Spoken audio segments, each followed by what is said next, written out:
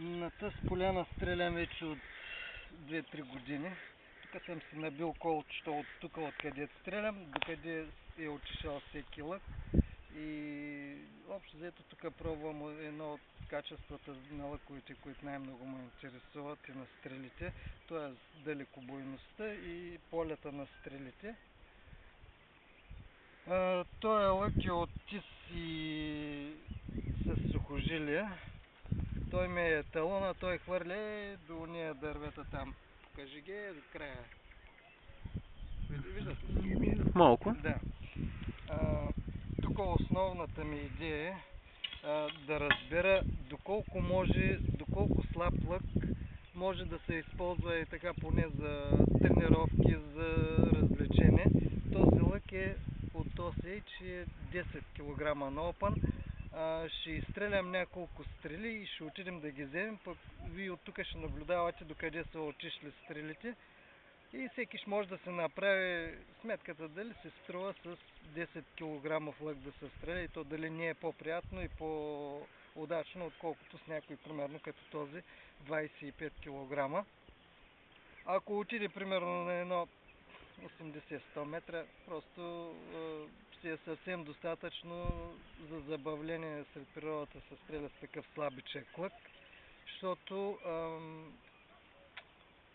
може да стреляш цял ден без да ти досади, без да ти се изморят ръцете и да те болят рамената. Освен това и тук сега ще пробваме една такава стрела. Едното и перо е от кожа. Това е мека кожа, естествена. Другите са си обикновени пера. Пробвал съм с 3 пера от кожа. Летят много добре стрелите.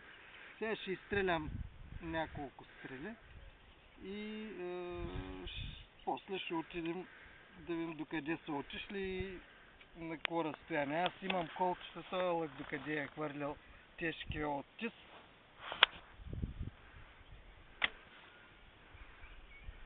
Тази е тежичка. Така.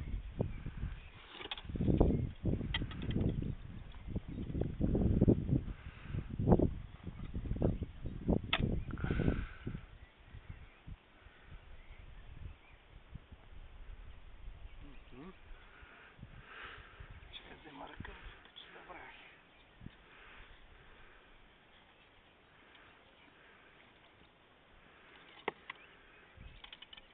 Тази стрела от карбона ми е еталон.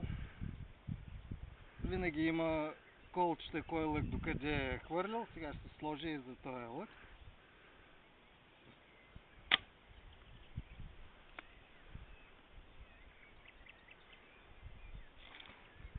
Добре.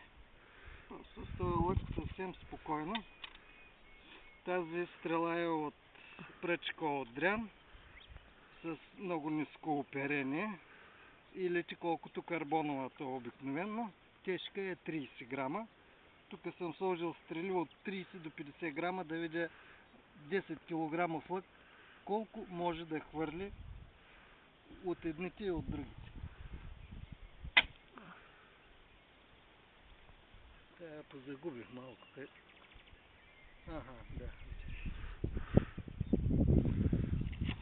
Не хвърля толкова далеч колкото другия, защото другия като хвърли се губят. Тия са може би с едно 40 метра по-близо падат, но все пак си е достатъчно далеч. Ага. Тази също е от дрян, много тъничка. С този лък ще лети по-право, защото е по-малка сила на изстрелване, има другите много са гъни като ги пусна. Ето я с винтовите пера да видим как ще полети.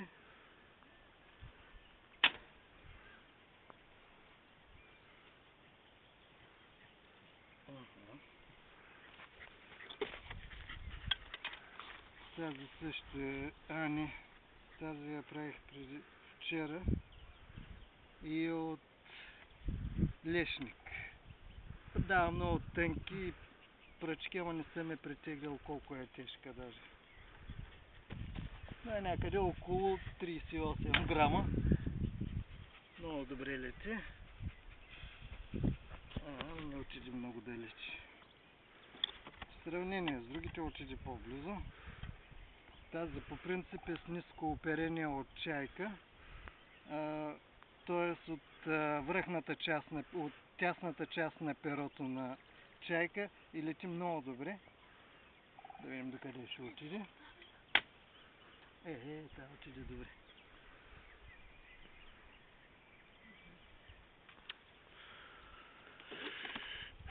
Не кой знае колко, ама пак добре стреля.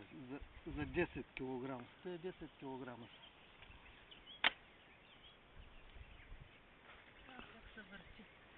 Да, тя малко. Айде да отидем. Мите снимай докъде ще идем. Добре. Айде. Както обикновено целият катун тук.